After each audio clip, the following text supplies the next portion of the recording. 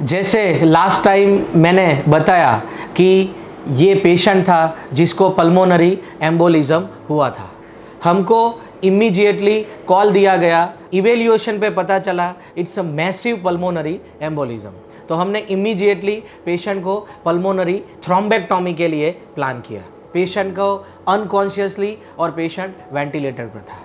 हमने immediately patient को cath lab में शिफ्ट किया। वो कैथ लैब में शिफ्ट करके हम लोगों ने ये पल्मोनरी थ्रोम्बेक्टोमी किया।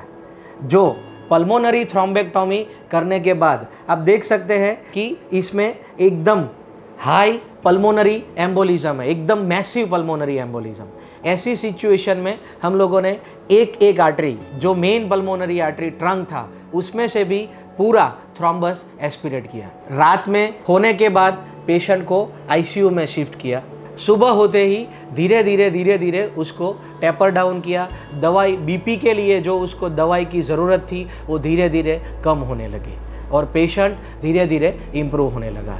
2 दिन पेशेंट आईसीयू में रखने के बाद 5वें दिन पेशेंट को हम लोग डिस्चार्ज कर सके। ये है इंटरवेंशनल रेडियोलॉजी का फ़ायदा। ये प्रोसीजर करने में हमको ऑलमोस्ट 1.5 आवर्स जितना टाइम लगा।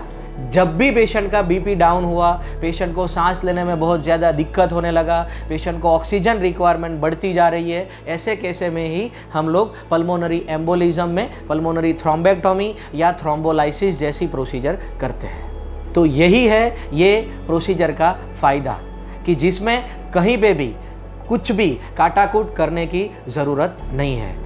नहीं तो ये अगर पेशेंट को हम इमीडिएटली थ्रोम्बेक्टोमी नहीं करते तो ये प्रोसीजर जानलेवा है, तो जिसकी वजह से पेशेंट की डेथ भी हो सकती है।